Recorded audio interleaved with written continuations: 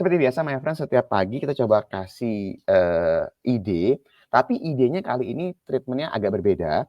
Jadi kita bukan tanda kutip, "Yuk beli yuk sekarang, hajar kanan nanti pas pembukaan," tapi mungkin ada baiknya kita menunggu terlebih dahulu, nanti baru kita ambil posisi. Nah, jadi saya coba akan bahas beberapa fakta dari, listing-nya si MDI ya. Jadi tadi kan, eee, sebentar,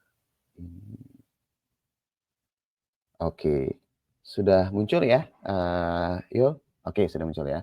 Jadi kalau misalnya kita lihat si MDI ini tadi kan, atau Mister DIY Indonesia, ini, IPO, hari ini listing, dan kalau berdasarkan informasi resmi terakhir, akhirnya IPO-nya itu di harga terbawah ya, Yul, ya, di 1.650 ya, Iya. untuk listing harganya ya.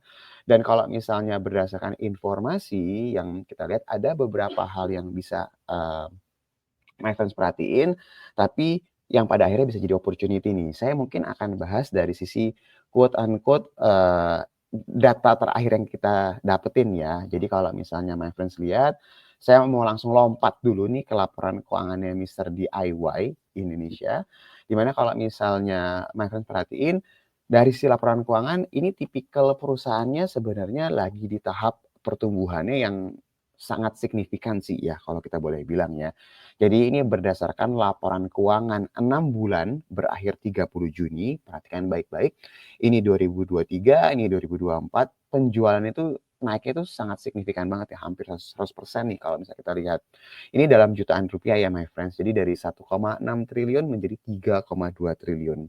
Terus juga kalau kita lihat dari berbagai macam biaya-biaya yang muncul sampai pada akhirnya, labanya si, Mister DIY ini itu kurang lebih sekitar dari 151 menjadi 534 miliar. Dan kalau misalnya saya lihat, coba cek lagi yang bisa diatribusikan ke pemilik entitas induk, ibaratnya laba yang bisa kita terima sebagai pemegang saham, itu nggak terlalu jauh sama angka yang tadi saya sebutkan, jadi dari 162 menjadi 532 miliar. Jadi kenaikannya itu, mungkin 200% lebih, hampir 300% ya kenaikannya. Jadi kalau melihat perusahaan seperti ini, biasanya kita klasifikasikan sebagai perusahaan yang memang pertumbuhannya tuh akselerasi tuh lagi cepet banget.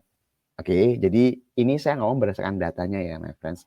Nah, jadi kalau misalnya dari keadaan ini, saya coba, cek nih dengan data yang ada, kira-kira ini dari sisi, eee, sebentar, dari sisi perhitungan, apa, PER-nya dan segala macam tuh kira-kira berapa. Ini angkanya sebentar ya muncul.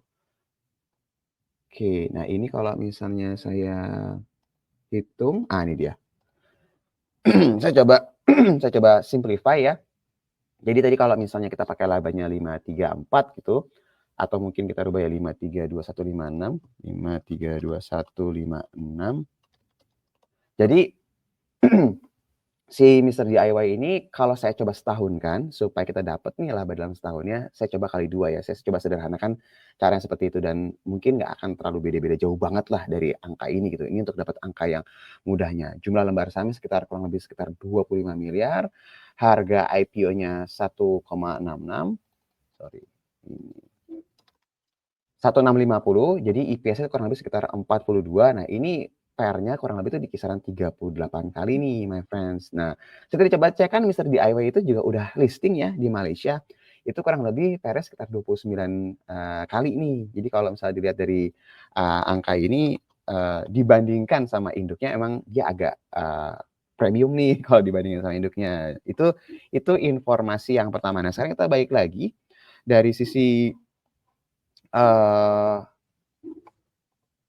informasi yang lain, kalau misalnya dilihat, saya baca ini emang oversubscribe IPO-nya, tapi emang oversubscribe-nya itu nggak yang terlalu besar. Jadi saya baca ini sekitar 1,0 sekian kali gitu. Jadi antusiasmenya ada, tapi antusiasmenya itu bukan yang signifikan banget gitu loh, my friends. Jadi kalau lihat dari keadaan ini, harganya juga dari harga terendah, kemungkinan besar bisa jadi yang terjadi di hari ini tuh ada 2 nih. Dia naik, tapi mungkin naiknya nggak yang terlalu signifikan banget ya, ada kemungkinan seperti itu. Atau mungkin, banyak yang langsung take profit nih di hari pertama. Berarti kan kalau kita misalnya langsung hajar kanan nggak dapat di harga IPO, sepertinya resikonya jadi gede kan. Nah, tapi pertanyaannya adalah menarik nggak sih ke depannya? Nah, ini ada 2 fakta yang kalau menurut saya bisa my friends perhatiin. Yang pertama itu datangnya dari jumlah lembar saham yang beredar di masyarakatnya. Jadi kalau misalnya my friends perhatiin secara seksama, itu hanya kurang lebih cuma sekitar 10% ya, jadi nggak banyak, my friends. Jadi, tipikal sahamnya free float-nya itu nggak besar, cuma 10%. Dan fakta yang menarik juga adalah Mister DIY di Thailand itu mau IPO juga. Nah, ini kalau saya baca berdasarkan berita-berita yang ada, dari surat kabar di Thailand lah ya, mereka bilang bahwa mereka sudah submit nih data-datanya ke ibaratnya kayak ke, IDX-nya di Thailand lah.